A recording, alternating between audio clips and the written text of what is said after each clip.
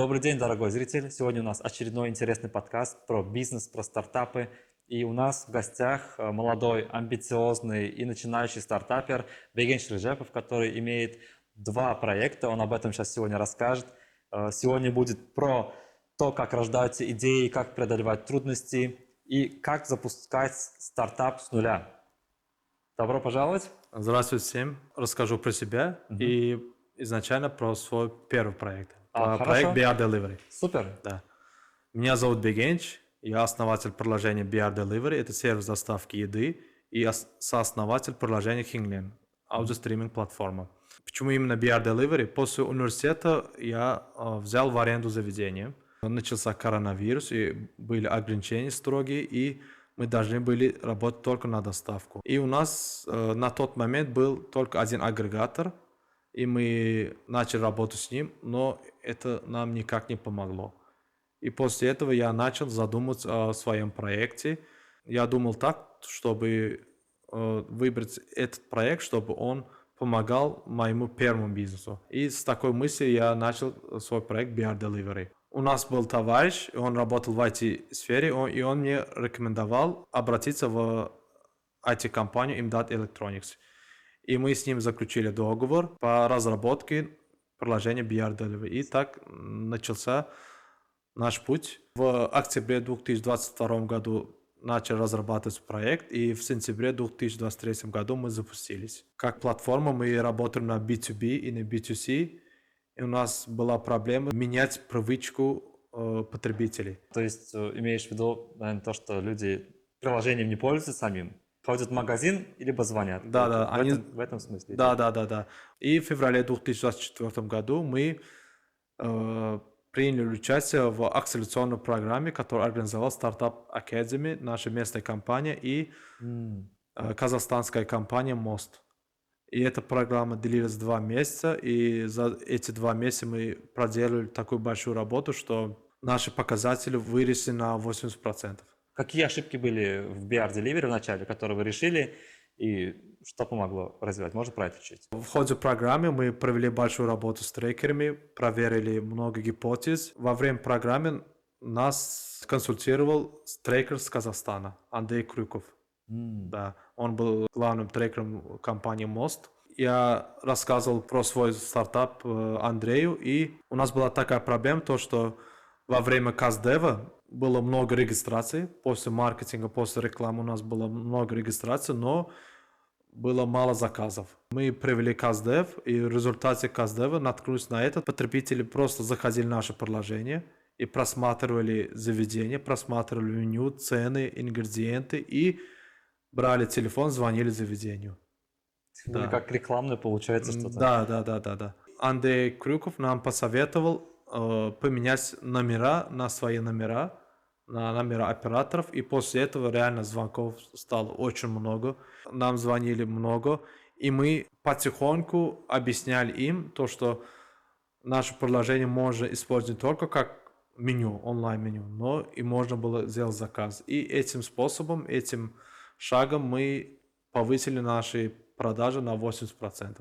После окончания этой программы, программа была на конкурсной основе, и мы заняли первое место.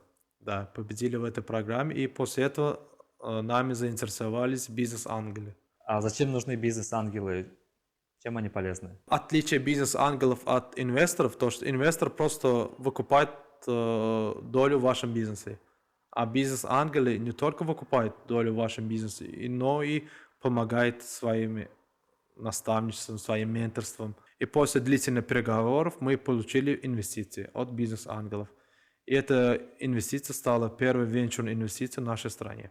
После этого мы не останавливались, и мы решили так, что наш проект надо переманить в зарубежный опыт. Мы приняли участие в программе. Эта программа была инкубационная программа, которую организовала RS Bootcamp, казахстанская компания. После успешного участия нас перевели в акселерационную программу. Программа называлась «Один батч», тоже была казахстанская. Мы участвовали тоже онлайн, и нас пригласили в Алмату на Demo Day. 1 ноября мы презентовали свой проект на Demo Day в Алмате. Так. Да. И после этого нас пригласили участвовать в стартап баттле Центральной Азии, который проходил в Ташкенте во время стартап-форума Центральной Азии. Стартап Battle участвовал не только я, Туркменистан представляли и еще один проект, это Zutel, Тахир, основатель, да. И вместе с ним мы поехали в Ташкент, и там мы презентовали свой проект. А что было в этих стартап-баттле и в Demo Day? Стартап Battle проводился во время стартап-форум Центральной Азии. Ну, Там участвовали 10 проектов, по 2 проекта с каждой страны Центральной Азии. Да.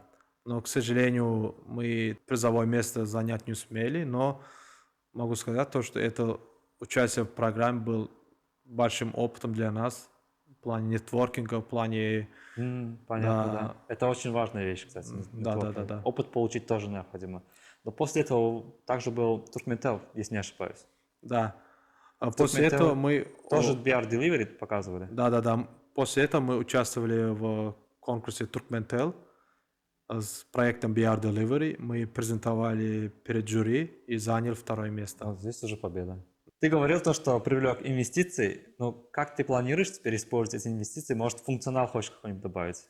В сентябре этого года мы заключили инвестиционный договор, привлекли инвестиции, и мы планируем потратить 40% инвестиций на разработку экосистемы сервиса доставки еды. И хотим потратить 60% инвестиций на маркетинг, на агрессивный маркетинг. Экосистема. А что включает в себя экосистема?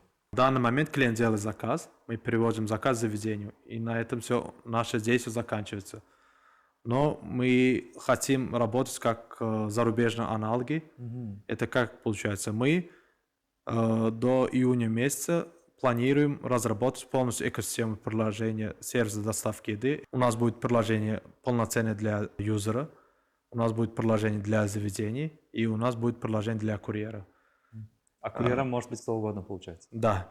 И когда клиент делает заказ, мы будем не только переводить этот заказ в заведение, и мы планируем заниматься доставкой блюд клиенту, чтобы повысить уровень доставки, повысить уровень сервиса. У нас будет видно ближайшее заведение, у нас будут экстра скидки, которые вы не получите, делав заказ звоня, и у нас будет метод оплаты онлайн-картой. Это, кстати, необходимо. Да. А что насчет, если кто-нибудь зарегистрирует другого пользователя? Плюс мы хотим внедрить бонусную систему. Эту бонусную систему, у нас будет бонусной картой. Ты позвал своего друга, наше приложение, он зарегистрировался, и тебе дают бонусные карты. Эта бонусная карта можешь использовать, допустим, как бесплатная доставка или какой-то процент скидки. Да, так можно очень хорошо привлечь, кстати. Про BR Delivery, примерно так понятно. Можем перейти на Hinglen. Насколько я знаю, это стриминговая платформа по прослушиванию музыки. Да. Можно про это чуть-чуть? У меня детство была страсть к музыке. Я очень много слушал музыку. Одно время работал диджеем. В январе 2024 году мы с товарищем задумались о разработке аудиостриминг платформы Hinglen. И начали разработку. В августе месяце мы запустили приложение Hinglen. Да. А чем отличается Hinglen от других стриминговых платформ, музыкальных платформ? Да. Чем отличаемся от наших конкурентов? Мы внедрили технологию стриминг, который до нас не используя ни одно приложение. Какой сейчас охват пользователей у вас? Изначально мы на маркетинг тратили много, но за такое маленькое время мы привлекли около 40 тысяч активных юзеров. 40 тысяч? Да. Откуда такие цифры? Как так получилось? Мой кофаундер так хорошо настроил SEO Optimization, то что на данный момент нам идет 70% трафика только от Organic Search. Вот это неплохо. Да. Получается, люди просто в Гугле пишут имя артиста и название песни, скачается и так далее, и сразу выплывает Hinglen. Да. Сразу переход. На данный момент мы теперь меньше тратим на маркетинг. А само приложение, оно платное или бесплатное? Внутри есть подписка, как в других, например? Да, у нас как юзер может использовать бесплатно, так и с подпиской. Если юзер использует бесплатно, то после прослушивания 10 минут музыки им выходит аудиореклама. Да.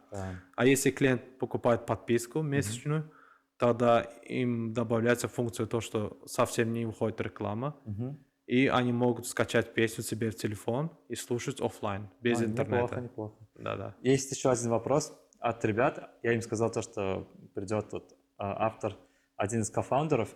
Они сказали спросить, почему Хинглен напоминает Spotify. Ну, я, По да, цвету и по дизайну. В общем. ну да, как мы стартовали, очень много было вопросов в сравнении с Spotify. Ну, я думаю, то, что сравнивать нас с Spotify, потому что у них, и у нас зеленый цвет. Да, зеленый цвет. Да, но хочу сказать то, что этот зеленый, neon green, есть у нас в приложении BR Delivery. Ага. И мы хотели, чтобы какие-то сходности были с нашим с первым приложением.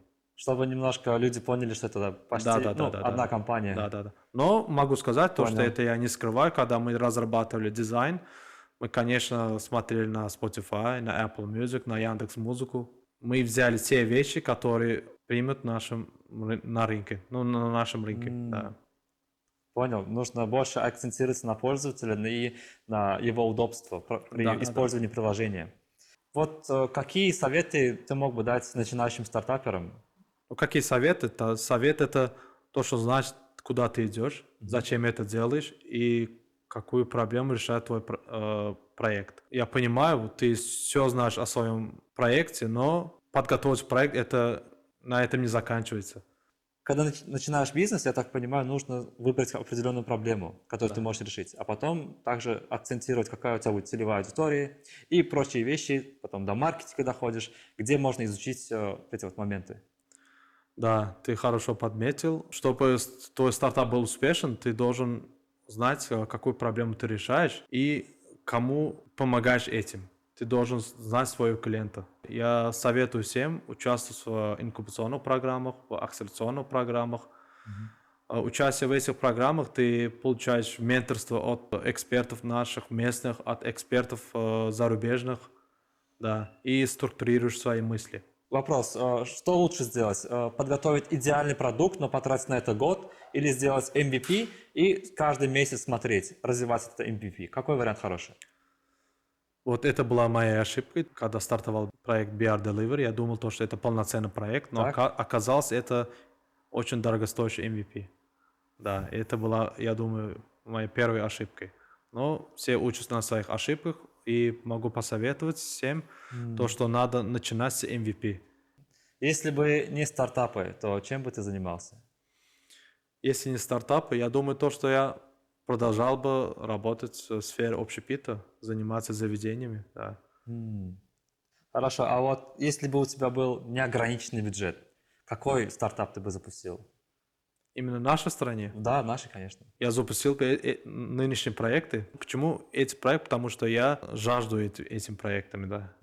Там, получается, не бюджет самая главная роль, а идея. Да, идея. Понятно. И как ты сможешь это все реализовать. Спасибо, Бегень, что пришел к нам, поделился своим опытом. Зрителям по-любому будет интересно узнать, как рождаются стартапы, как развиваться. Обязательно скачивайте Hinglen и BR Delivery, посмотрите, можете оставить отзыв, поддержите локальные стартапы. До встречи в следующих выпусках.